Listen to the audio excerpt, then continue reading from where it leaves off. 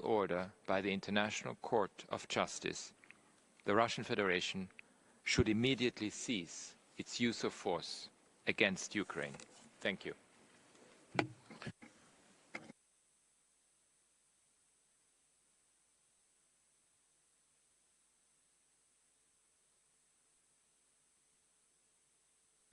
Sorry, once again, mic was off.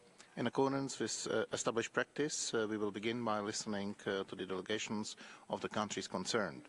The Russian Federation has indicated to the Secretariat that they will take the floor in the context of the list of speakers, and I'm now giving the floor to the distinguished representative of Ukraine. You have the floor, Ambassador. As we mark the 75th Thank you, Mr. President. As we mark the 75th anniversary of the Universal Declaration of Human Rights, we are witnessing a flagrant violation by the Russian Federation of every provision of this landmark document in my country. The High Commissioner's update and the office's report provide ample evidence to that. Indiscriminate daily attacks on Ukrainian cities and towns with missiles and drones, causing loss of innocent lives and large-scale damage, is nothing but a severe breach of the right to life, liberty and security, the right to an adequate standard of living. Deliberate destruction of medical and educational facilities across Ukraine gravely violates the right to education and health. By contaminating Ukraine's farmlands and attacking agricultural infrastructure and seaports, Russia exacerbates global food security. Just a week ago, Russia's barrage of ballistic missiles at the capital of my country injured more than 50 people, including 6 children, and damaged the children's hospital. This is what Ukrainians are living through every day. This has been their experience for 664 days of Russia's full invasion. For as long as Russia continues its vicious war in pursuit of its imperialistic ambitions to eradicate Ukraine from the map, they will have to endure this tomorrow and the day after tomorrow. In addition to the attempts to redraw borders by force, the Russian authorities announced their intention to organize voting in the temporary occupied territories of Ukraine. Holding Russian elections on Ukrainian territory grossly violates the constitution and legislation of Ukraine, norms and principles of international law, the UN Charter, and infringes on the right to exercise a free and fair will of the Ukrainian people. Distinguished delegates, as we approach a grim second anniversary of Russia's full-scale invasion and 10 years of its occupation of Ukraine's territories, the war continues to take a devastating toll on the lives of millions of young Ukrainians. While Ukrainian children inside our country are subjected to the trauma of growing up in a war zone, almost 20,000 of them have been forcibly separated from their families and unlawfully deported to Russia, where they are being placed for education and forced adoption under the pretext of humanitarian action. Blacklisting Russia by the UN Secretary General and the ICC arrest warrants to Putin and Lvova Belova reject Russia's lies and represent important steps towards putting an end to the impunity for numerous atrocities against children in Ukraine. We will do our utmost to return all our kidnapped and stolen kids back home. Ukraine has initiated the International Coalition of Countries for the Return of Ukrainian Children that held an inaugural meeting on 8 December in Kyiv. Its key objective is to elaborate practical steps to ensure safe repatriation, rehabilitation and reintegration of affected children. We call upon UN members who are genuinely committed to children's rights protection to join the coalition and help us bring all Ukrainian children back home. By abducting children, torturing and killing prisoners of war, arbitrarily detaining civilians, Russia openly and shamelessly commits war crimes and crimes against humanity, shredding the major tenets of the UN Charter, international humanitarian and human rights law. High Commissioner, we have taken note of the information on the alleged violation from the Ukrainian side and of the recommendations in the reports that will be examined thoroughly. Regarding the reference in the report to the law of Ukraine on national minorities communities, it's worth noting that the Ukrainian parliament recently accepted changes to this law that were based on the Venice Commission's recommendations to ensure the rights of individuals belonging to national minorities. Distinguished delegates, human rights and fundamental freedoms of all Ukrainians are under constant Russian threat. The voice and actions by the international community must be louder and stronger than ever if we are serious about the achievement of comprehensive, just and lasting peace for Ukraine and for the entire world. I thank you. Thank you, Excellency. Colleagues, let me inform you that the list of speakers is now closed. And now I invite delegations to ask questions and make comments on the oral update by the High Commissioner. Before giving the floor to the interested delegations, let me remind you that the speaking time limit is 1 minute and 30 seconds for all. The online inscription system was opened from Tuesday, 12 December 2023, 10 a.m. to Monday, 18th December, 10 a.m. And with this, let me give the floor to Lithuania, speaking on behalf of a group of countries. You have the floor. Thank you, Mr. President. I have the honor to speak on behalf of the Nordic Baltic states. Full statement will be uploaded on the extranet. We thank the High Commissioner for providing information on continued severe violations of human rights and international humanitarian law by Russia in its war of aggression against Ukraine. We are appalled by continuing reports of arbitrary detentions, torture, ill treatment, sexual and gender-based violence and deaths, including as means to obtain information, humiliate or punish detainees. Illegal and forced deportation and transfer of Ukrainian children is especially alarming. Furthermore, Russia launches missiles on populated areas in Ukraine. These attacks cause injuries to civilians and severe damage to civilian infrastructure. We are alarmed by the attempts of the Russian authorities to legitimize its unlawful annexation of Ukrainian territory. Forced conscription of Ukrainians to the Russian military, application of Russian legislation and appointment of Russian judges in Ukrainian territories under temporary Russian control clearly violate international law. We strongly condemn Russia's decision to hold Russian presidential elections next year in the territories of Ukraine. This would constitute a clear violation of international law, Ukraine's independence and territorial integrity. The Nordic Baltic states will never recognize these so-called elections nor their results.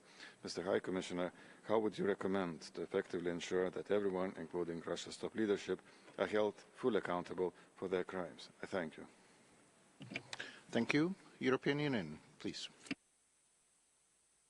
Thank you, Mr. President. The EU reiterates its condemnation of Russia's war of aggression against Ukraine and reaffirms its unwavering support for Ukraine. The EU fully supports the work of the OHCHR mission in Ukraine.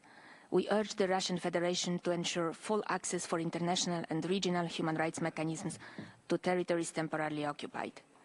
The EU calls for the implementation of the mission's recommendations, including to immediately cease the practice of arbitrary detention and enforced disappearance, torture, sexual and gender-based violence, and to ensure the prompt and safe return of deported and forcibly transferred persons. In line with recommendations, the Russian Federation should end the conscription of protected persons in occupied territory and cease the deliberate killings, torture, ill treatment, and dangerous or humiliating labor of Ukrainian prisoners of war, and the prosecution of prisoners of war for acts amounting to mere participation in hostilities. The EU stresses the need for clarity on the Russian policy of forcible transfer and deportation of Ukrainian children, as well as ensuring the children's immediate and safe return and reunification with their relatives. Mr. High Commissioner, given the impunity for perpetrators across territories temporarily occupied by the Russian Federation, what more can be done to ensure accountability for human rights violations? I thank you. Thank you. And now let me invite Australia. Thank you, High Commissioner, for your update. For nearly 2 years, we have witnessed clear and mounting evidence of Russia's campaign of torture, rape, mass executions and forced deportations, including of children. 2 years of war crimes. Just 2 months ago, the Office of the High Commissioner reported the intentional killing of 59 civilians in Hroza. These were civilians attending a funeral, hardly, as claimed by Russia, a legitimate military target.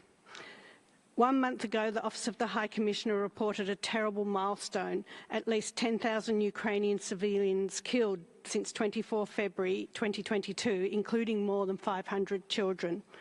I thank the United Nations Human Rights Monitoring Mission in Ukraine for its diligent, compiling and unflinching reporting of Russia's war crimes, which have wrought such misery and terror upon Ukraine's people. Australia unequivocally condemns Russia's continued violations of international human rights law. Russia must be held to account. The people of Ukraine deserve justice. Australia asks, how can members of the Human Rights Council help Ukraine achieve the justice it deserves? Thank you. Thank you. Now let me invite France.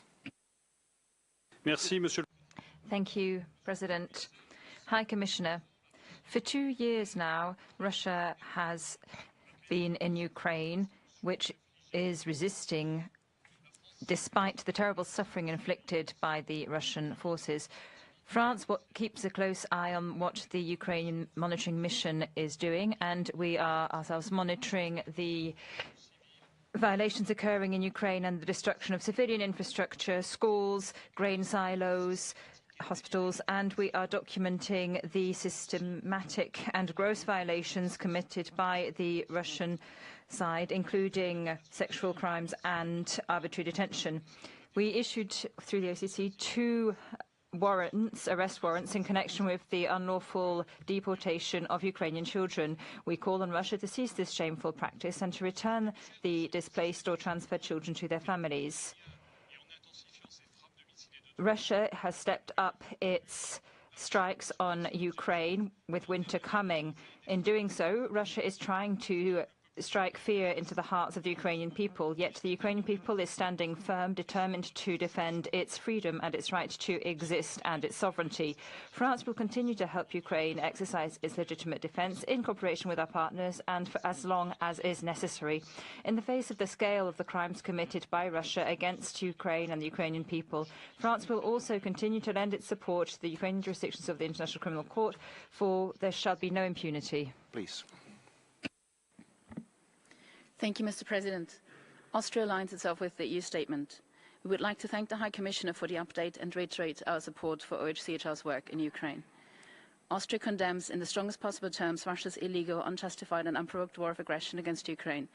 We remain deeply concerned by Russia's continued violations of international humanitarian law and human rights law in Ukraine. Austria reiterates the importance of independently investigating all allegations of arbitrary detention, enforced disappearance and deportation of children, torture, ill treatment, sexual violence, regardless of the affiliation of the alleged perpetrators. Those responsible, including persons in positions of command, must be prosecuted. We remain deeply concerned by the large number of civilian casualties, the severe damage to hospitals, schools and other critical infrastructure, including the continued threat of explosive remnants and mines. We reiterate our call to unconditionally release all unlawfully detained persons and recall the obligation that conditions of detention must fulfill applicable international legal requirements. Moreover, we call on Russia to grant independent human rights monitors and humanitarian organizations access to all detainees under its control. High Commissioner, access to civilians, detainees and prisoners of war is crucial to ensure the documentation and prosecution of violations. Could you elaborate on the challenges or progress your office has witnessed? Thank you. Thank you. And now I would like to invite Switzerland. Monsieur le Président. President, Switzerland would like to thank the High Commissioner for his report. Russian attacks in recent weeks have once again struck civilians, damaged civilian infrastructure and hindered humanitarian operations. Signs of alleged war crimes are accumulating. We would like to reiterate our deep concern about violations of international humanitarian law and international human rights law in Ukraine. The war is tearing apart individuals, families and the social fabric. We must place victims and survivors at the heart of our efforts. Switzerland would like to underscore the central role of criminal justice. Perpetrators of crimes must be held to account. Criminal justice must absolutely be supplemented by non-judicial means and tools which can offer remedy to victims in the short and medium term, such as the provision of safe spaces and psychosocial support. High Commissioner, how can the international community support more adequate documenting of the potential crimes, as understood under international humanitarian law and human rights law, in the occupied territories? Thank you. You have the floor. Well, thank you very much, Mr. President. It's, I think, fitting that my last statement as a member of this Human Rights Council is on a situation which has rightly occupied so much of our collective attention. And High Commissioner, your report once again paints a deeply disturbing picture of attacks by Russia against Ukrainian civilians. 59 civilians brutally killed in a missile strike at a funeral reception in Khosa village in violation of IHL and amid a wider pattern of targeting populated areas. Continued forced deportation, separating thousands of Ukrainian children from their homeland, torture and sexual violence against prisoners of war and civilian detainees, repeated attacks on Ukrainian grain facilities. Thankfully, the reality is that Russia's attempts to block Ukraine's vital food exports to the rest of the world are failing as Ukraine opens new sea routes and pushes back Russia's fleet into the Black Sea. Little more than 2 months away from the 2nd anniversary of Russia's full-scale invasion and the 10th anniversary of its attack on Crimea, thank you, High Commissioner, thank you to your teams on the ground for continuing to shine a light on Russia's crimes. The United Kingdom will stand with Ukraine for as long as it takes. Heroyam Slava. Thank you, Mr. President. Thank you. Luxembourg, please. Merci, Monsieur le Président. Thank you, Mr. President. Luxembourg aligns with the statement by the European Union and thanks the High Commissioner for his report. My country reiterates its condemnation of the illegal aggression by Russia against Ukraine and calls on Russia to withdraw immediately from all of the territories internationally recognized as Ukrainian. We remain deeply shocked by the facts presented in the report of the High Commissioner, including allegations of arbitrary detention and torture by the Russian armed forces and the organisation of so-called local elections and the imposition of the legal and judicial authority of the Russian Federation in the temporarily occupied Ukrainian territories. We strongly condemn the 31 attacks against port and cereal infrastructure in Ukraine raised in the report. These are civilian targets that Russia is deliberately attacking in flagrant violation of international humanitarian law with the goal only of preventing Ukrainian food exports. We remain deeply disturbed by the situation of Ukrainian prisoners of war. The Office of the High Commissioner has documented a generalised use of torture in places of detention of prisoners of war in the occupied territories and throughout the Russian Federation. High Commissioner, what can we do to facilitate access for independent impartial observers to detention centres holding Ukrainian prisoners of war to ensure that they are treated in line with international humanitarian law? Thank you. Merci. Next on my list is China.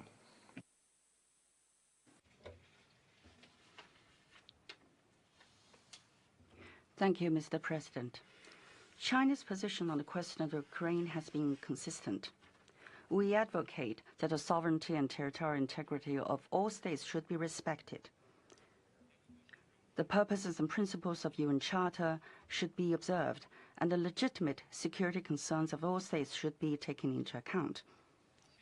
All efforts conducive to the peaceful resolution of the crisis should be supported.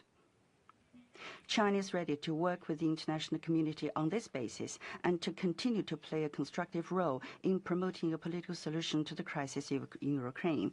In the current situation, what the world needs more than anything else is ceasefire rather than using weapons, dialogue and negotiation rather than escalation of fighting, persuasion and promotion of negotiation for peace rather than group confrontation.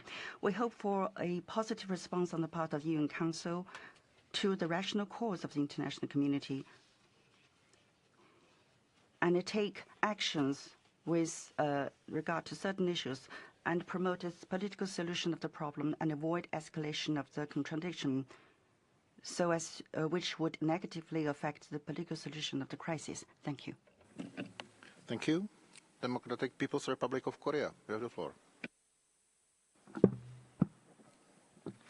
Thank you, Mr. President. The DPRK delegation notes imbalance of update on Ukraine, its politicized and anti-Russian nature, and its disregard for the main reason that lead to the current crisis. The root cause of current situation in Ukraine stems from the hegemonic policies of the West, cling to the military threat through eastward expansion of NATO, while ignoring legitimate demand of the Russian Federation to offer security guarantee and disregarding the violation of rights of Russians in this region. We reiterate once again the need for this Council to fulfill its mandate to promote and protect human rights based on genuine dialogue and cooperation, and refraining from instrumentalizing the Human Rights Council for political short-sighted purposes in strict compliance with the purposes and principles enshrined in the UN Charter without any caution, selectivity, politicization, or double standards. The DPRK continues to oppose and reject any practice and attempt to manipulate the Human Rights Council on geopolitical interest, targeting of sovereign states, and the pretext of upholding and protecting human rights. I thank you. Thank you. And now I'm inviting Republic of Moldova. Thank you, Mr. President. The Republic of Moldova welcomes the report of the High Commissioner on the situation in Ukraine. As we approach the holiday season, attacks against civilian infrastructure all over the country never relent. We mourn the innocent lives that fell in Kyiv, Odessa, Kharkiv in these past weeks, and we condemn in the strongest terms Russia's indiscriminate and deliberate attacks launched against Ukraine. We condemn Russian armed forces targeting grain-related facilities, with more than 30 attacks documented by the OHCHR, including silos, grain transport vehicles and port facilities. We equally deplore violations of the rights of prisoners of war, many of them denied communication with their families and prosecuted for mere participation in hostilities. Moldova urges Russian authorities to immediately cease all military operations against Ukraine, release all prisoners of war, and ensure full respect for international humanitarian law. Excellencies, Moldova stands proudly with Ukraine in support of its unwavering commitment to peace and democracy. In this respect, we congratulate Ukraine on the decision of the European Council to open EU accession talks with both Ukraine and Moldova. And we look forward to these negotiations that we hope will bring prosperity and peace to our region. Thank you. Thank you. Poland, please.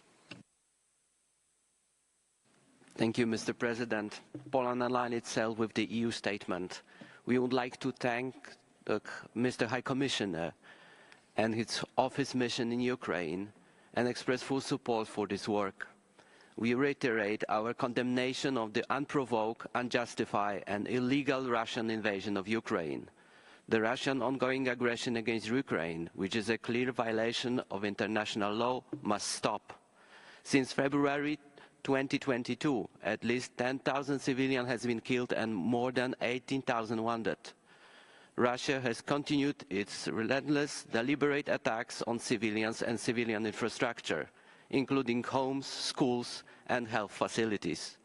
The Kremlin continues to attempt to destroy the Ukrainian nation and the Ukrainian people's aspiration for independence, just as it did under the Soviet times in 1932 and 1933.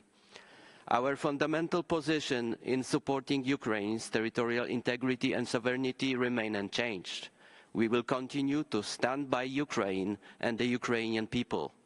Ukraine deserves a just peace and will secure its sovereignty, independence and territorial integrity within internationally recognized borders.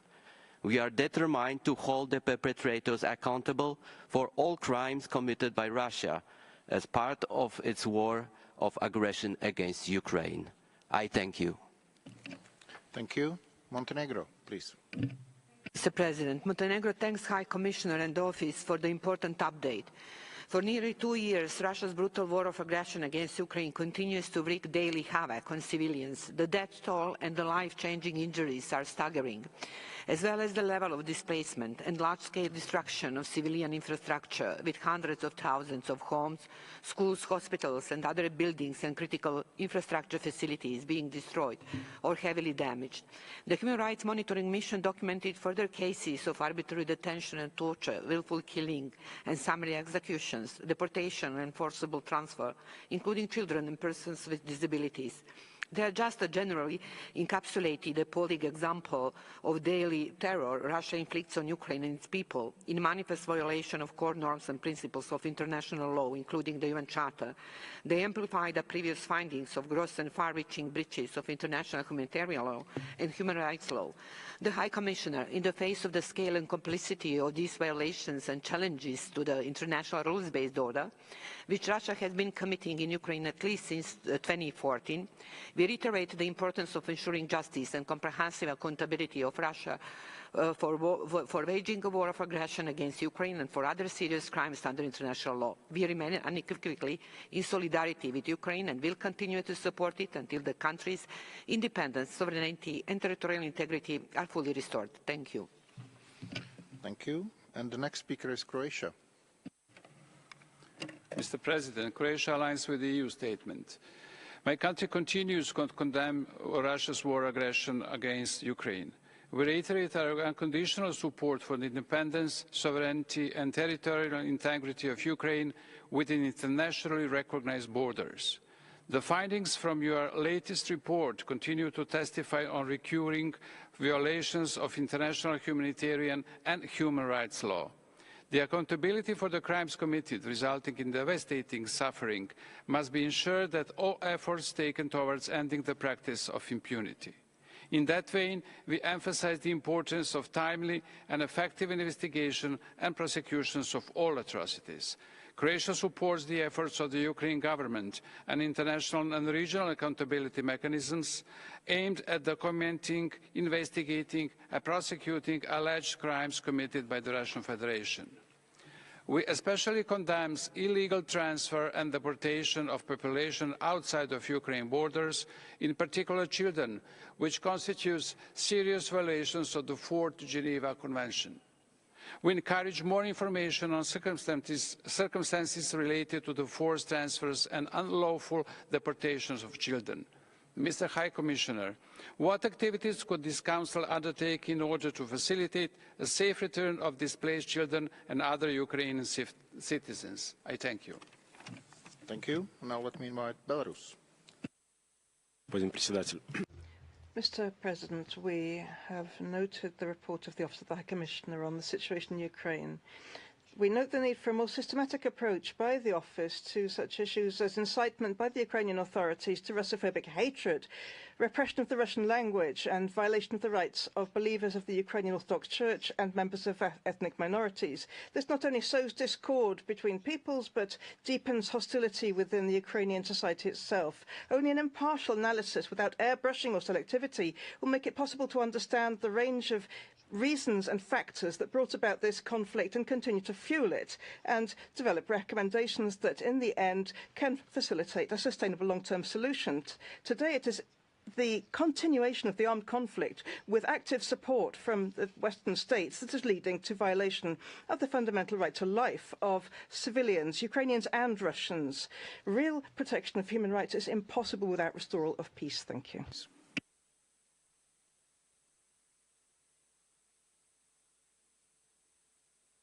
Delegation of Greece, please. Thank you, Mr. President. Greece aligns itself with the EU statement, welcomes the recent report of the UN Human Rights Monitoring Mission in Ukraine, and expresses profound concern for its findings.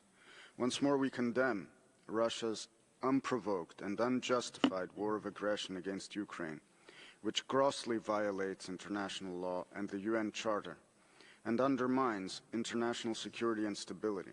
We reiterate our support for the independence, sovereignty and territorial integrity of Ukraine. The ongoing hostilities continue to inflict daily devastation upon civilians, leading to deaths, life-changing injuries, widespread suffering, and the destruction of civilian infrastructure. We express concern over the lack of visible progress, as observed by OHCHR, in the investigation or prosecution of reported cases of killings, torture, and forced disappearances and arbitrary detention. We call for the respectful treatment, preservation of dignity, and protection of human rights of prisoners of war. We further deplore the inclusion of occupied regions in Russian military conscription efforts, which subjects young men to armed service against their own country, a grave breach of the Geneva Conventions. Finally, we call for the OHCHR's fullest possible access to all areas of Ukraine occupied by the Russian Federation to facilitate comprehensive monitoring, which is critical to ensuring accountability. Thank you. Thank you. Slovakia, please. Thank you, President. Slovakia fully aligns with the EU statement. Mr. High Commissioner, we thank you very much for your update. The last report of the Human Rights Monitoring Mission in Ukraine confirms the continuation of serious impact of war, including far-reaching violations of human rights in IHL at Ukrainian territory. We once again want to reiterate Slovakia's resolute condemnation of Russia's war of aggression against Ukraine in violation of the UN Charter.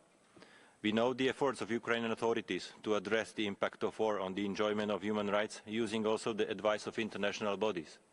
We encourage Ukrainian authorities to make the wording and application of the relevant legislation in compliance with international standards, including IHL. Since the beginning of the conflict, the number of casualties were always reporting as being below reality. Meticulous work of Human Rights Monitoring Mission proves more and more cases and confirms the pattern of willful killings, arbitrary executions, torture, including sexual violence perpetrated by Russian armed forces. We equally condemn the practice of forced conscription of young men on occupied territories to Russian military, what is in blatant violation of Geneva Conventions. Slovakia calls again on the Russian Federation to allow for OHCHR's unrestricted access to all areas of Ukraine. We will continue to support the work of the OHCHR and the HRC mechanisms to monitor, investigate and document international crimes in Ukraine and support the efforts of the international community for accountability. I thank you, President. Thank you. And now let me give the floor to the Czech delegation. Thank you, Mr. President. High Commissioner, Czechia aligns itself with the EU statement and reaffirms our appreciation for your invaluable work and of the mission. As documented in the report, people in Ukraine continue to experience unspeakable suffering, displacement and destruction, leaving the most vulnerable at enormous risk. Russia fails to comply with its obligation under international humanitarian and human rights law. It fails to ensure the proper investigation of its international crimes. The recent arrest warrants by Russia against senior judges of the ICC are condemnable. Time and again, we urge for IHL to be fully respected at all times by all parties and for any of its perpetrators to be held accountable. All the recommendations of the Office and of Commission inquiry need to be implemented, including the immediate return of all forcibly transferred and deported children. We call on Russia to provide updated, comprehensive lists containing the names and whereabouts of all those children. Let us be clear that any attack intentionally targeting civilians is not only a grave breach of IHL, but also a tragic failure of humanity, whether in Ukraine or anywhere else in this world. As we approach the new year, our wish is for all children, for all humans, to live in peace. Thank you. Thank you. Bulgaria, please. Thank you, President. Bulgaria aligns with the EU statement. Let me thank the High Commissioner for his update on the latest developments related to human rights in Ukraine. As we just heard, the ongoing Russia's war of aggression against Ukraine continues to entail gross human rights violations and breaches of international humanitarian law, including willful killings, arbitrary detentions, torture, ill treatment of prisoners of war, illegal transfers and deportations of children. We are also outraged by the use of cluster munitions against civilians. Bulgaria has joined and supports the international coalition for the repatriation to Ukraine of illegally deported and forcibly displaced Ukrainian children and is committed to help Ukrainian children return to their homes. We believe that all officials and military personnel who are responsible for these gross violations of human rights and international humanitarian law must be held accountable. My country remains consistent in its unwavering support for Ukraine's sovereignty, independence and territorial integrity within its internationally recognized borders, as well as for its European and Euro-Atlantic perspective. Bulgaria supports President Zelensky's peace formula and will work with Ukraine on the 10-point peace plan in view of generating the widest possible international engagement while respecting Ukraine's ownership over the initiative. High Commissioner, how can the international community further strengthen the efforts to more effectively address address human rights violations and breaches of international humanitarian law being committed in particular by the Russian armed forces and paramilitary formations in Ukraine. I thank you. Thank you. New Zealand, please. Mr. President, New Zealand thanks the High Commissioner for this intersessional update on the human rights situation in Ukraine. We strongly support continued focus on this situation. Russia's conduct over the last 22 months has only further underlined the necessity of ongoing close international scrutiny of the human rights situation.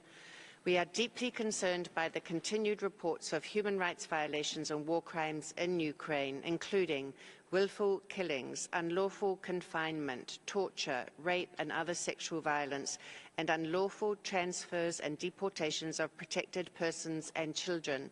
We call for full respect of international human rights law and international humanitarian law, and for the Russian Federation to allow OHCHR access to those areas of Ukraine under its occupation. Victims and survivors of human rights violations, including sexual violence, must be provided with the necessary support. Let us be clear. The dire human rights situation in Ukraine is a direct result of Russia's full-scale, unprovoked invasion of Ukraine and its ongoing war of aggression. We strongly support efforts to ensure that all perpetrators of human rights violations are held fully accountable. We stand in solidarity with the people of Ukraine. High Commissioner, what more can be done to protect prisoners of war from torture, including sexual violence? I thank you. Thank you. United States of America, please. Thank you, Mr. President. And thank you, High Commissioner, for your ongoing work and that of the Human Rights Monitoring Mission to bring Russia's atrocities to light with careful documentation and professional rigor. Since February 2022, Russia has forcibly transferred or deported Ukrainian children from occupied areas of Ukraine, including babies as young as 4 months old. These are crimes for which the International Criminal Court has issued an arrest warrant for President Putin. In the words of President Biden, we've all seen the brutality that Putin has inflicted on Ukraine, invading another country, trying to subjugate his neighbors to his iron rule, committing atrocities against Ukrainian civilians, trying to plunge them into the cold and darkness of winter by bombing their electrical grid. Russian forces are committing war crimes. It's as simple as that.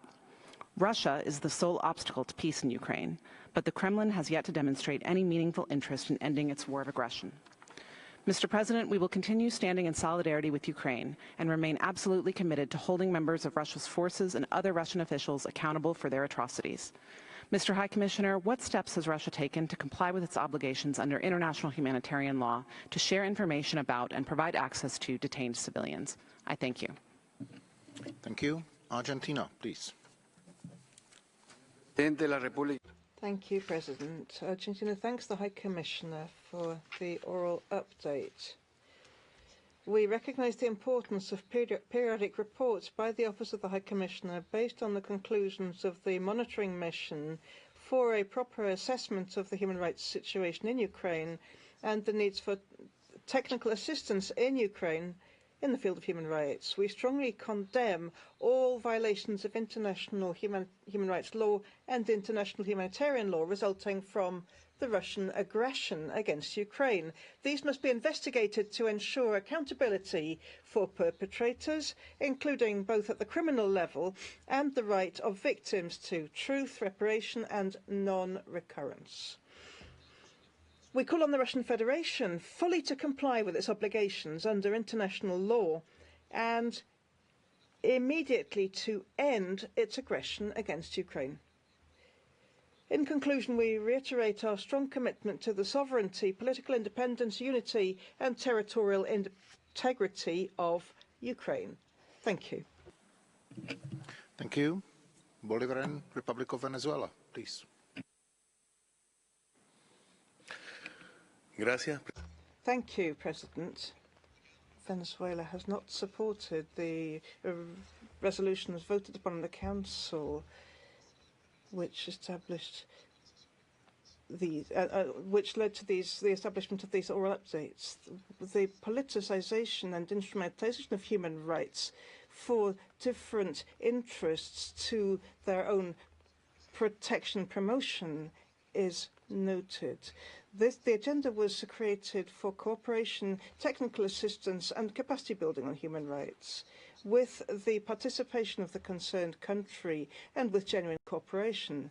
This is fundamental in our work. It is regrettable that this important topic gives rise to these initiatives that seek to promote geopolitical ends,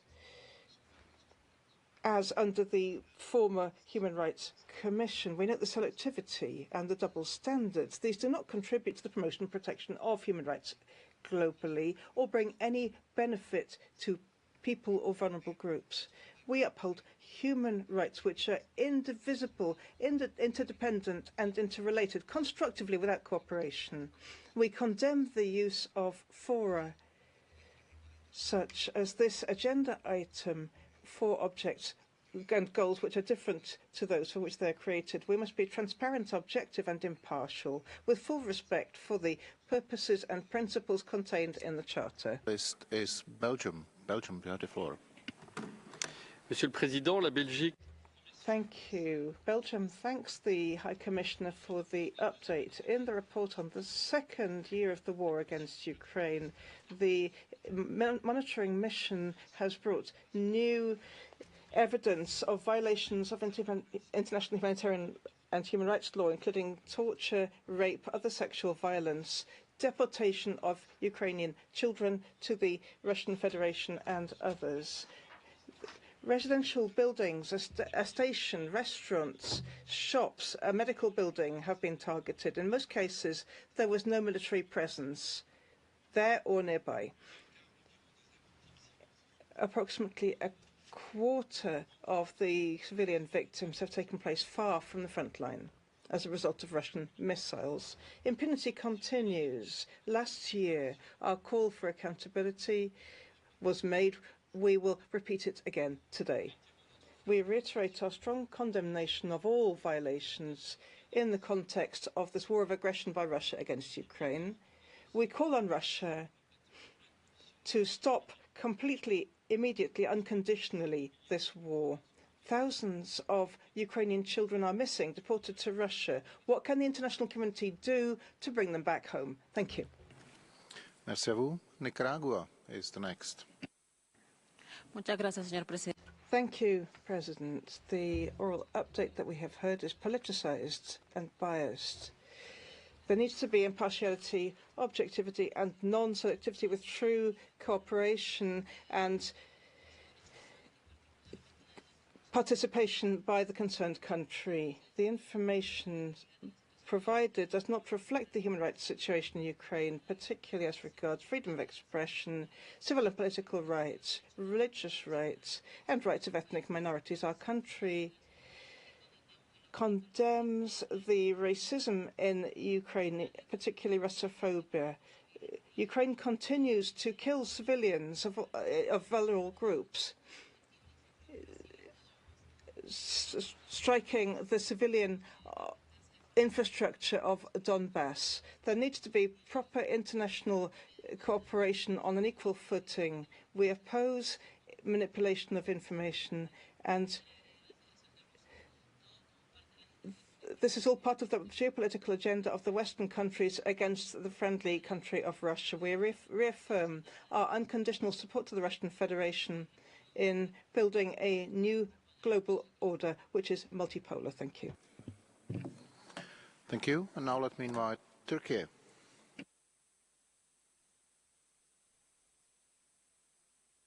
Mr. President, we move down the list towards the end, please. Thank you.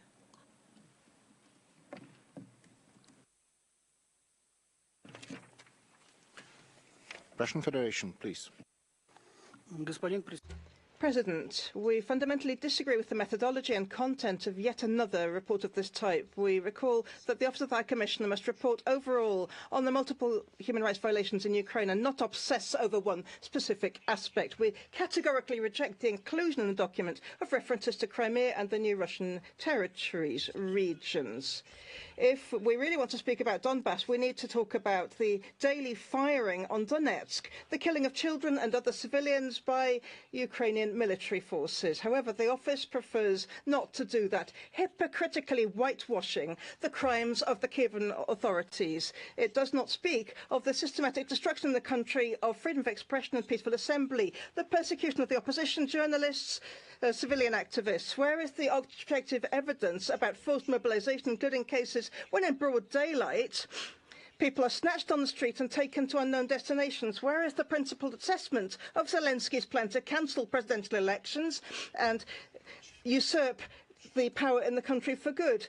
We take note of the attempt, after our repeated reminders, to touch upon the violation of the rights of believers and ethnic minorities, but unfortunately it is only done to go through the motions. In seeking to exculpate Kiev, the office speaks only of separate legal aspects, ignoring the consistent attempts to eliminate in Ukraine the canonical orthodoxy, the elevation to the level of a state ideology of discrimination against ethnic minorities. We call on the office. My list is Georgia. Georgia, you have the floor. Thank you, Mr. President. I would like to thank the High Commissioner for today's update. Russia's indiscriminate attacks against Ukraine's critical infrastructure and on civilians continue. Among them, the deadliest recorded by the OHCHR in October 2023, injured and killed dozens of innocent civilians, including children in Kharkiv region. The periodic report depicts attacks on schools and hospitals, having particular negative impacts for children and causing disruption of essential healthcare services. Latest atrocities continue to illustrate the systematic and flagrant violations of international human rights and humanitarian law committed by Russia, some of which amount to war crimes. I would like to once again underline the importance of accountability for such serious crimes. We reiterate our call on Russia to comply with the provisional measures of the ICJ of the 16th March 2022, immediately cease the aggression, completely and unconditionally withdraw all its troops and military equipment from the whole territory of Ukraine. As the main sponsor of the UNGA resolution on principles of the Charter of the United Nations underlying a comprehensive, just and lasting peace in Ukraine, Georgia reiterates its support to the Peace Formula initiative and joint efforts of the international community. In conclusion, we reaffirm Georgia's unwavering support to independence, sovereignty and territorial integrity of Ukraine. Thank you, Mr. President. Thank you. Now let me invite Cyprus. Mr. President, Cyprus aligns itself with the EU statement. We thank the High Commissioner for his report and today's presentation. One of the key takeaways of the Human Rights 75 initiative held earlier this month is that we benefit from a strong global constituency for human rights and international principles, and that we should focus on their implementation. Yet, in the context of Russia's war of aggression against Ukraine, principles such as the territorial integrity and sovereign equality of independent states have been severely violated. Cyprus fully supports the work of the Office of the High Commissioner for Human Rights Mission in Ukraine and the recommendations outlined in its latest report. We condemn the documented violations of human rights and international humanitarian law, including instances of forced conscription of young men, forcible transfer and deportation of Ukrainian children, arbitrary detention and torture of civilians in the occupied territory, summary executions and continuous targeting of civilian infrastructure. We remain steadfast in our commitment to ensuring accountability for the crimes committed and to holding perpetrators accountable. We call on Russia to stop its aggression immediately and without preconditions and to comply with its international obligations under the UN Charter. Cyprus reiterates its support to the independence, sovereignty and territorial integrity of all states and expresses solidarity to the government and people of Ukraine. Thank you. Thank you. Syrian Arab Republic.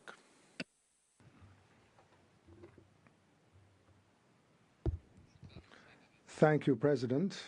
Unfortunately, instead of discussing the situation of human rights in Ukraine, we find ourselves yet again faced with an attempt to manipulate the Council by certain countries in order to target other countries and demonize them. The oral update and the discussion we heard today reflect only the level of hypocrisy and manipulation by these countries in the field of human rights. It further exacerbates crises and tensions and destabilizes the world.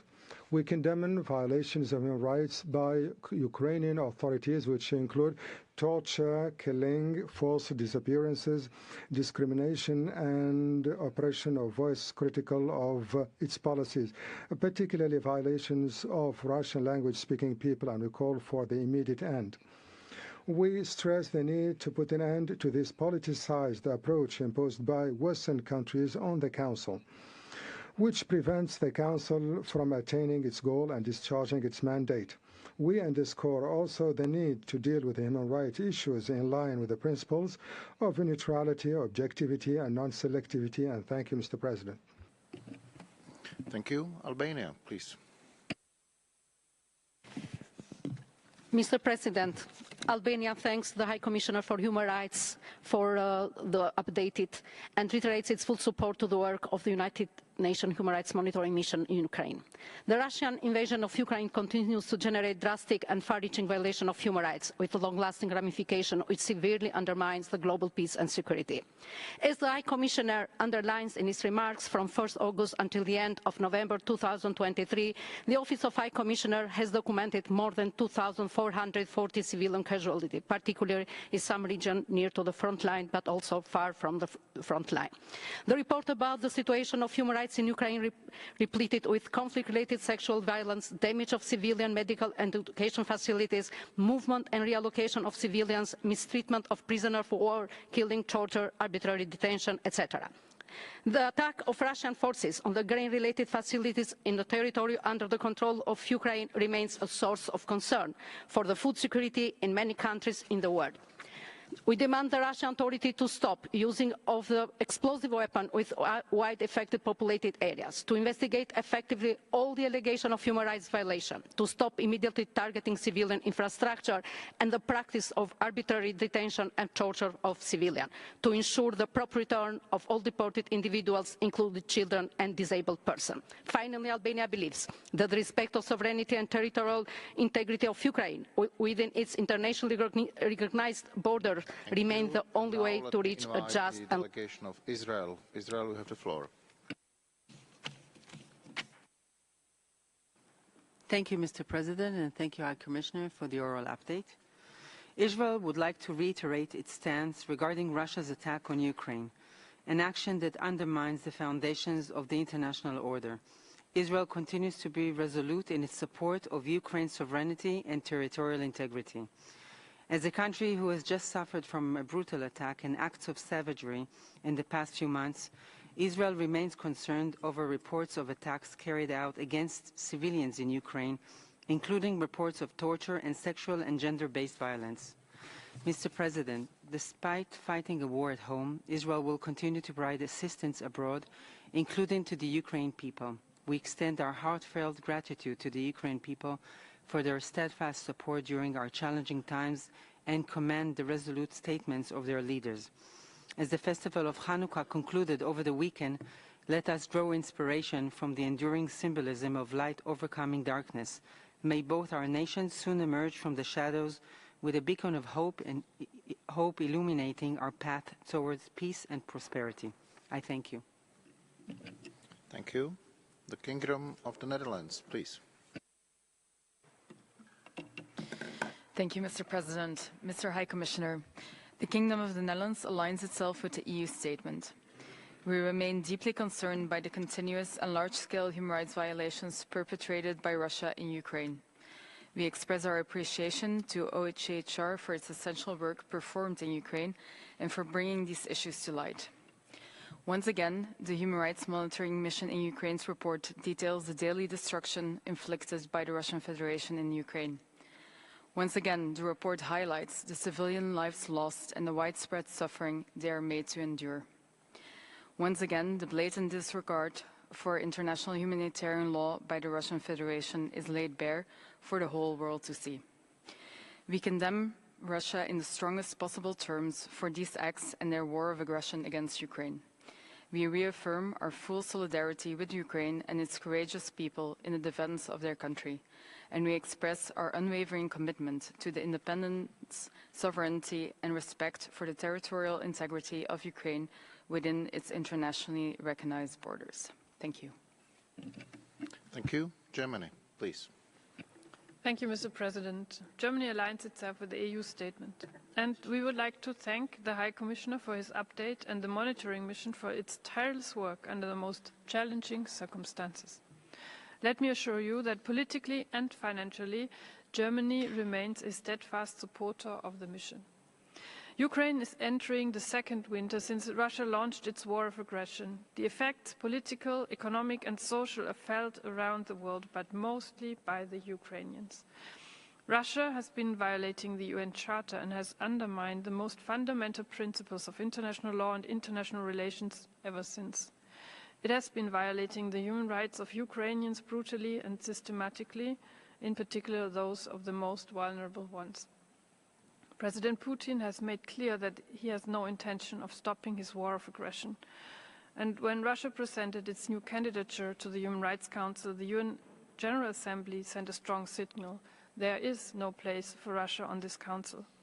And our reaction should continue to be crystal clear. We stand up against Russia's aggression and we support Ukraine.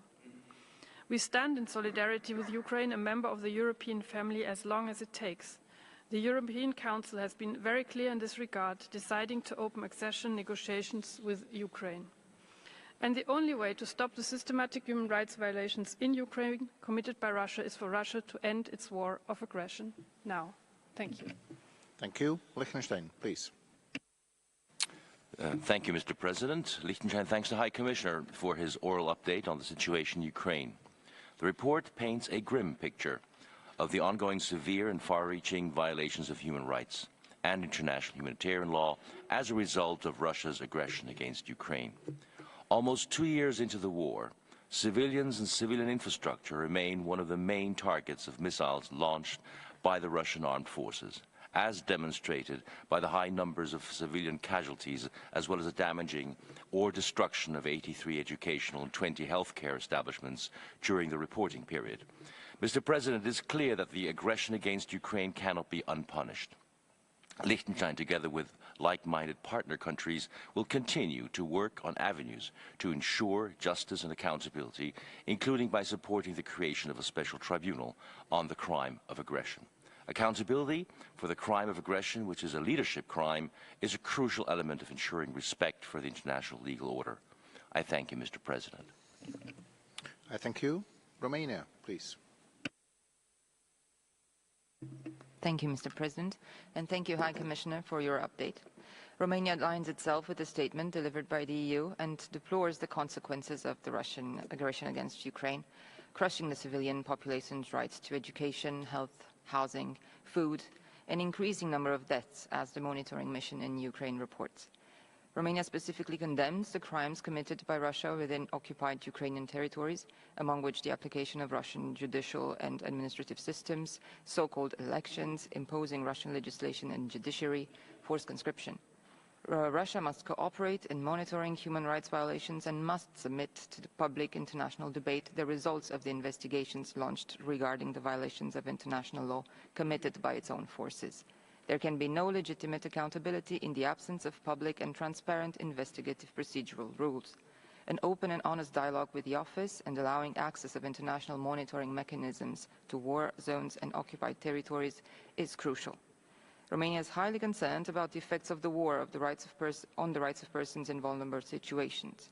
To this end, High Commissioner, we would like to ask you, what measures do you consider urgent to be taken to ensure the protection of forcibly displaced or deported persons, women, children, persons with disabilities, and the elderly in war zones and occupied territories under current circumstances? I thank you. Thank you. Ireland is the next speaker. Thank you. Ireland aligns with the statement of the EU and thanks the High Commissioner for his update. Ireland reaffirms our support for Ukraine's independence, sovereignty and territorial integrity within its internationally recognised borders. We are concerned by the findings of the most recent report by your office, which affirm that Russia's war of aggression against Ukraine continues to generate severe human rights violations and abuses and violations of international humanitarian law. We deplore the widespread harm to civilians, the brutality of Russia's aggression and disregard for international humanitarian law has been characterized by a pattern of attacks on populated areas, resulting in multiple civilian casualties and significant damage to civilian property and infrastructure, including grain, educational and healthcare facilities. We are deeply concerned that landmines and explosive remnants of war continue to be a cause of civilian casualties, particularly in the Kharkiv, Donetsk and Kherson oblasts. These indiscriminate weapons continue to inflict devastating humanitarian harm and undermine long-term stability, and as you have noted today, threaten the lives, rights and livelihoods of Ukrainians in both the immediate and long term. As the full scale of Russia's violations of international humanitarian law and international human rights law becomes more apparent, the international community must continue to work for justice and accountability for the victims and survivors. High Commissioner, what role should the international community play in enhancing capacity for safe, efficient and effective demining operations? Thank you. Thank you. And now let me invite Canada.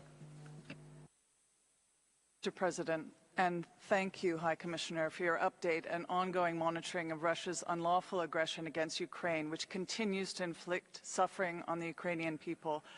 Russia has flagrantly continued attacks against civilians and civilian infrastructure, illegal arrests, torture of dissidents, conflict-related sexual violence, while attempting to legitimize their violations by imposing Russian legal systems and coercing conscription in occupied areas. These are but a few of the many violations of international human rights law and international humanitarian law. Russia must be held accountable for these horrific acts. Ensuring the safe return of Ukraine's children to their families is particularly important. Previously, you have updated this Council on the exceptional cruelty of illegal and forcible deportation of Ukrainian children to Russia for the purpose of clandestine adoptions or to be subjected to re-education camps. Even more insidious is Russia's attempt to whitewash unlawful actions by presenting them as part of a humanitarian effort at protecting children from war and as a normal element of Russia's child welfare system. What is clear is that children's rights must come before the realities of war. Canada is committed to working with Ukraine on the international initiative for the return of Ukrainian children to ease barriers of a safe return of children to their families. I thank you. Thank you. Delegation of Japan, you have the floor. Thank you, Mr. President. Japan expresses its appreciation for the update provided by the High Commissioner and the continued efforts by his office to address the human rights situation in Ukraine. Japan is deeply alarmed that in a 4-month period between August and November 2023, OHCHR reported 2,440 civilian casualties. Japan also remains deeply concerned by reports that Russian armed forces are committing violating of international humanitarian law and international human rights law in Ukraine, including attacks on civilian infrastructures. We cannot condone any unilateral attempts to change the status quo by force. Russia must withdraw immediately and unconditionally from the internationally recognized borders of Ukraine and fulfill its obligations under international human rights law and humanitarian law. Japan remains steadfast in its support for Ukraine and its people and will continue to coordinate with the international community to provide strong support for Ukraine to realize a just and lasting peace in Ukraine as soon as possible. Thank you. Thank you. Spain, please. Thank you very much, Mr. President. Muchas gracias. Thank you. Spain aligns itself with the statement made by the EU. We'd like to thank the High Commissioner's Office for his work, and we welcome the recommendations from the monitoring mission in Ukraine. Its work is key for documenting human rights violations.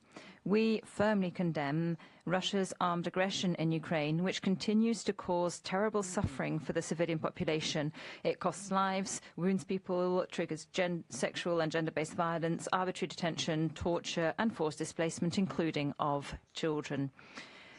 To this, you have to add the loss of homes and livelihoods, the destruction of infrastructure, deprivation of basic services, and an impact on global energy and food security.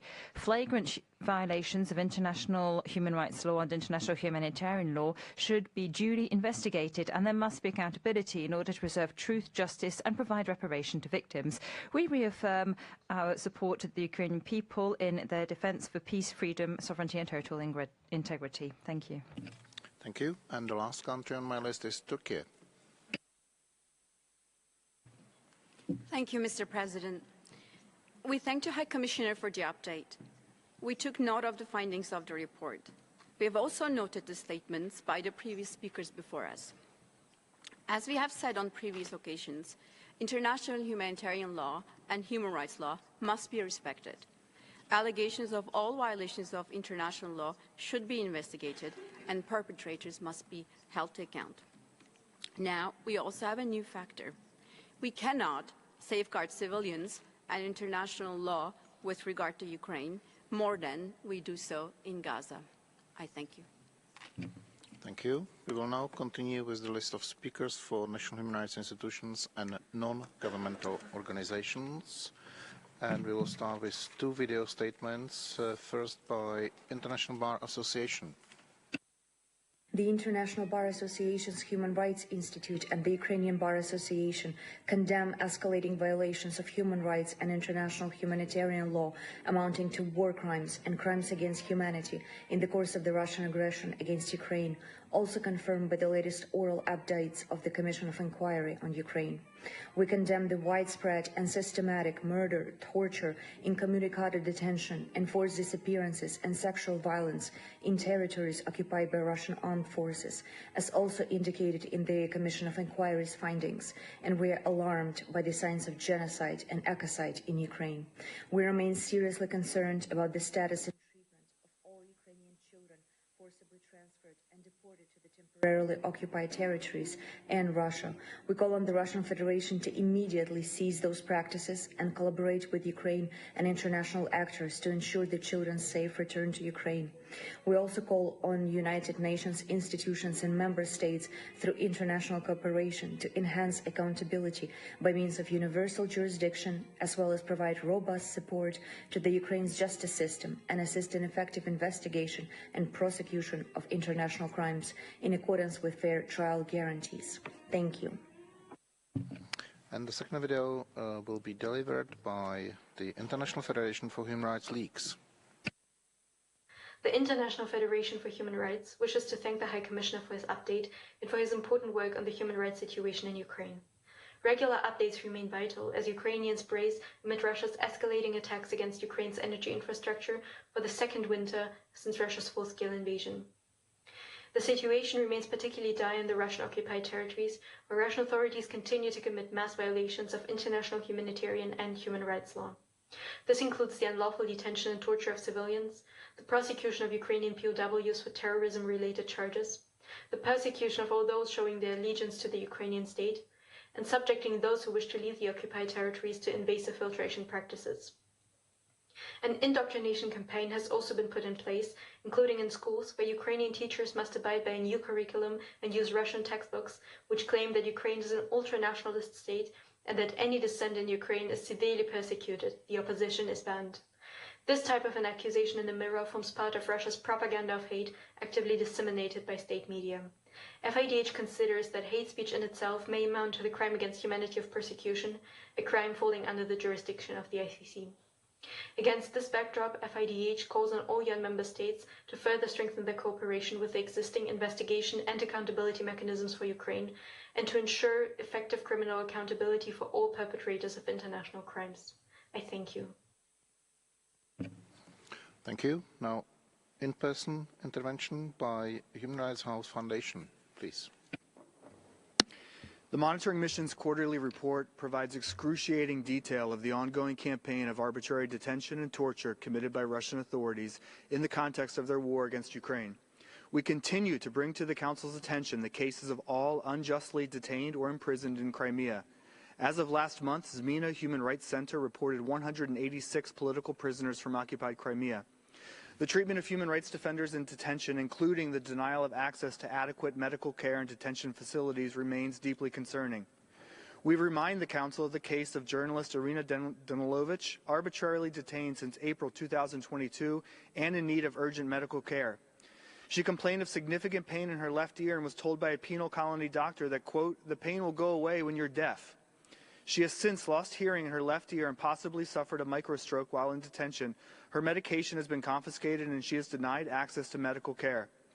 Amain Hussein Kuku, a Crimean Tatar human rights defender whose situation we have raised several times at this council, is not receiving regular medical examinations nor a proper diet following intestinal surgery while in detention. Independent journalist Vladislav Yesipenko has experienced significant vision and blood pressure-related medical issues as a result of torture while in detention. President, we ask the High Commissioner what challenges OHCHR continues to face in accessing Ukrainian civilians held in places of detention, and what ongoing steps are being taken to address those challenges. I thank you. Thank you.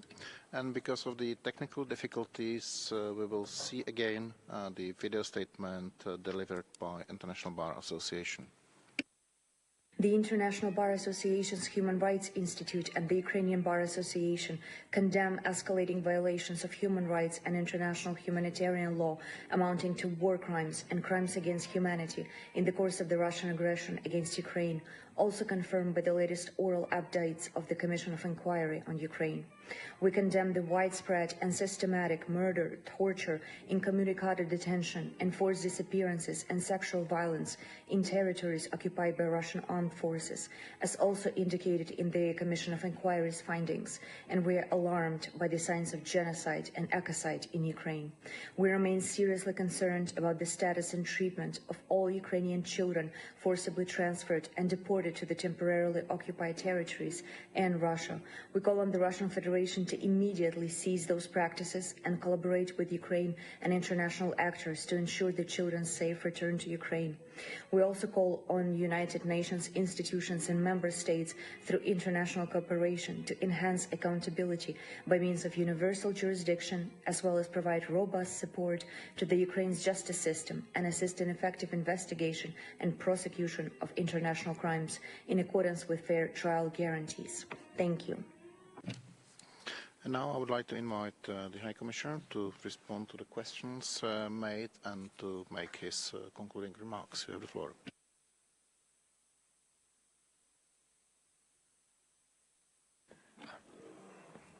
Well, thank you very much, and thank you also to all delegations for participating in this international meeting on Ukraine, on the human rights situation in Ukraine.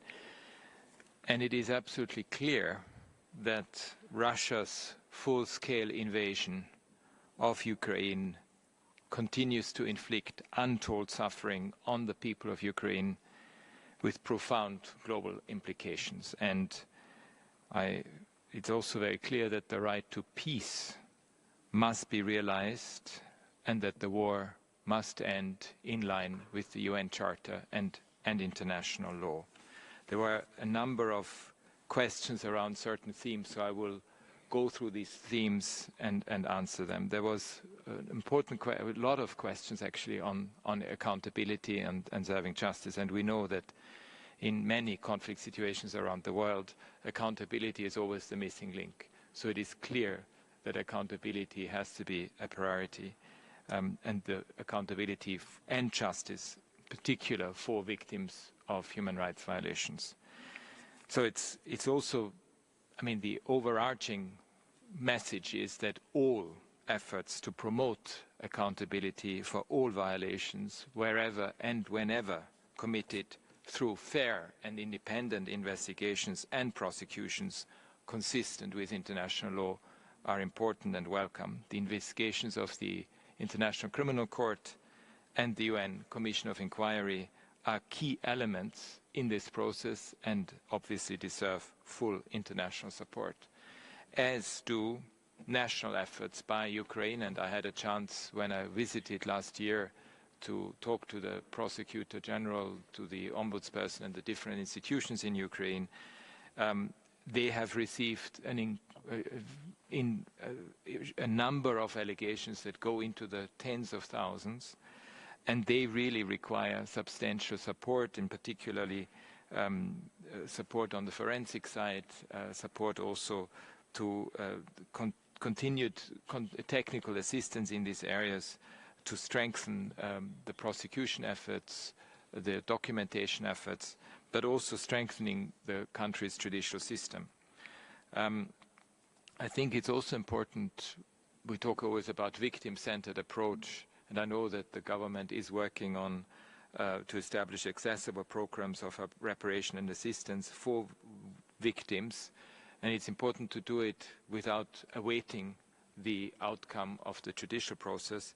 And so we hope very much there is more support for Ukraine in developing and implementing these programs, and supporting both state bodies and civil society organizations that provide assistance to victims and their families, because we know how important this victim-centered approach is, and they obviously need to be heard in the development and design of these programs. The other area, the other theme that came out quite clearly is the protection of prisoners of war. As you know, my office released a report on the treatment of prisoners of war in March 2023, and we know that the situation of Ukrainian prisoners of war in the hands of the Russian Federation remains extremely preoccupying. We have full confidential access to Russian prisoners of war in Ukraine, but we don't have access to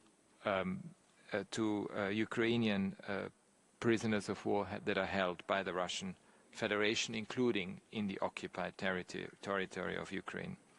We have documented widespread torture and ill treatment of Ukrainian POWs, including sexual violence. So it is absolutely critical that training, clear instructions are provided to armed forces on the basic principles of IHL, and that there is independent and impartial monitoring and full access to places of internment for Ukrainian POWs.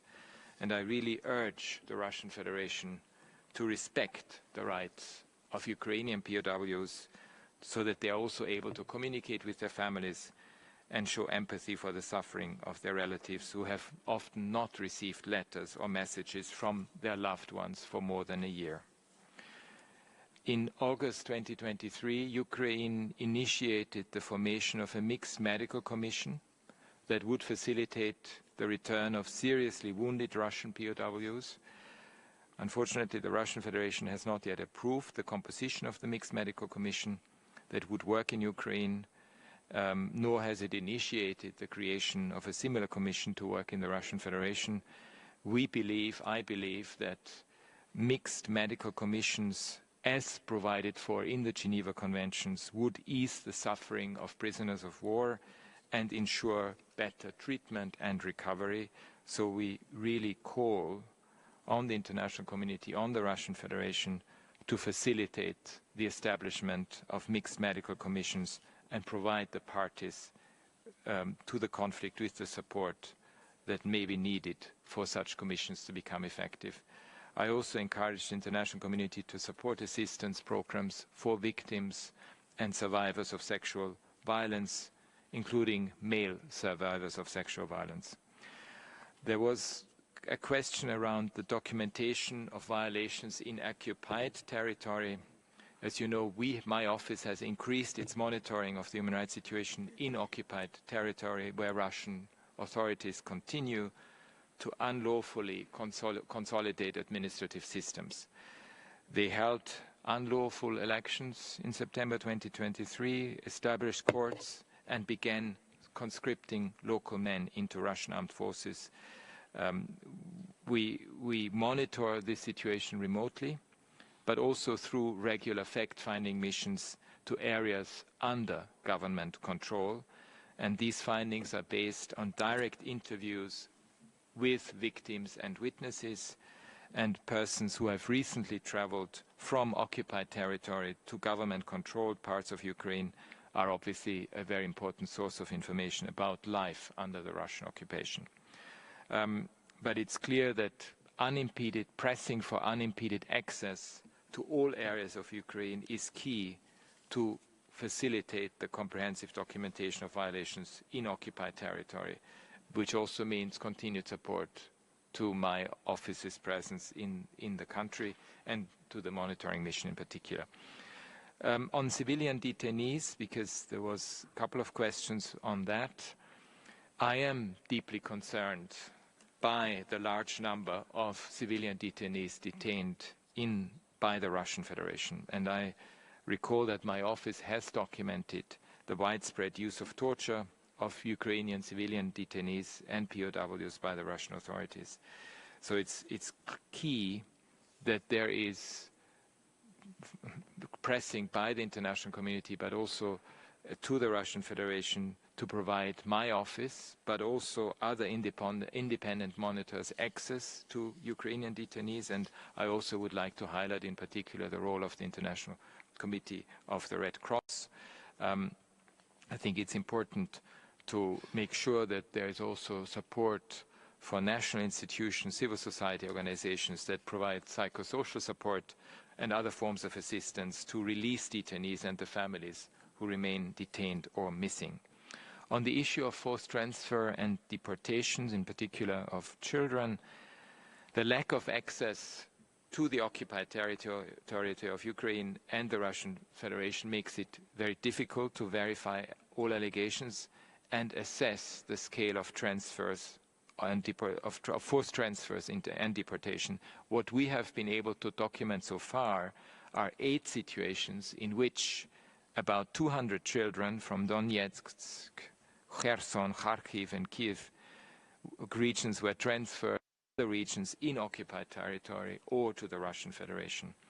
The international community needs to urge the Russian Federation to give OHCHR and other international organizations full and unfettered access to unaccompanied and separated children from Ukraine. We need to have detailed information on these children. They need to be, this information has to be shared with the relevant bodies that are designated under international humanitarian law, international human rights law. And we need also to ensure that it's also important that there is a dialogue that needs to be facilitated between Ukraine and the Russian Federation to establish a functioning mechanism to identify these children, trace their family links, and of course it's important to ensure funding and support for governmental and non-governmental organizations that offer and that have done work on the legal side, on the logistical side, psychological and vital services for children. I note that states have a positive obligation to ensure that children affected by family separation have access to effective, expeditious and child-friendly family reunification procedures.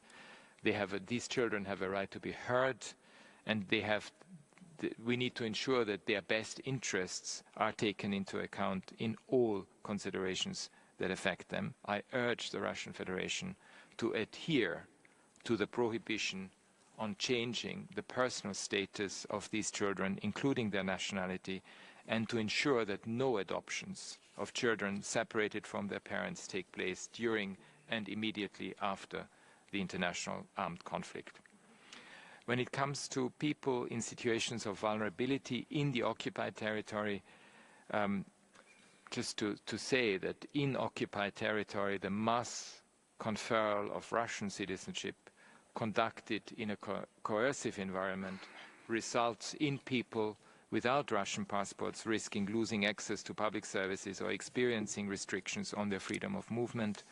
And it is important for the Russian Federation, and I urge the Russian Federation to respect in full, as I said during my statement, applicable international humanitarian law in the territory under its occupation, which means also in particular the ending of conscription of protected persons and delinking access to essential services and work from the obtention of Russian passports. There was also a question about demining. As I said also during my statement, it's important to rigorously map the location of mines during active hostilities so that these areas can be promptly cleared in line with the protocol on prohibitions or restrictions on the use of mines, booby traps and other devices. And we ask the international community to assist Ukraine in enhancing its capacity for safe, efficient and effective demining operations and support programs to educate civilians to the risks posed by mines and other explosive weapons, particularly in areas over which Ukraine has regained control. And now I've finished the Ukraine part of this international meeting, and if you allow me, I'd like to take the opportunity to say three things. I would like to first of all pay tribute to you as the President of the Council for having steered us through a very intense phase of the Human Rights Council. I think we have never had so many weeks of meetings, including intersessional meetings, so I really want to pay tribute to you and to your team for having steered us through this year. Et j'aimerais bien aussi exprimer ma reconnaissance. I would also like to express deep gratitude to my colleague Eric Chistounet, and I did not have the opportunity to do that during the organisational session, but I want to thank him for everything he's done for us and for the Council. You're going to miss us, that's a fact, but I know that you'll still be here. But really, we thank you for this part of your life that you have dedicated to the Council and to human rights. On behalf of all of my colleagues, we are profoundly grateful. Since the festive season is coming up, I would like to obviously wish you all the very best, my warmest personal regards and wishes, and really more peace and light for 2024. Thank you.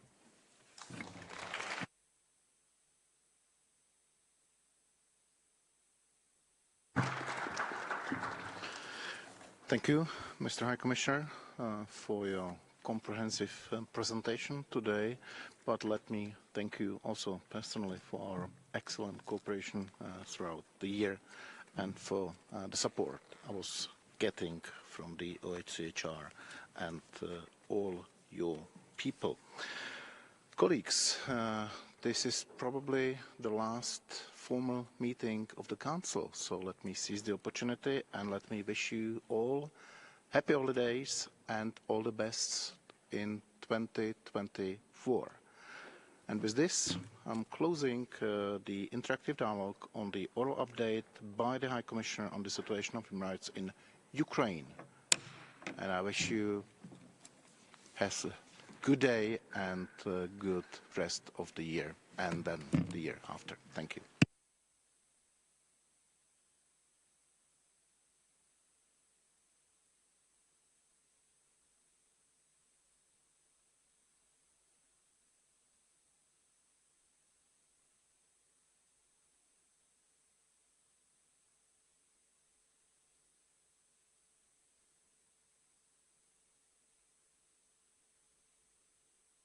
Recording stopped.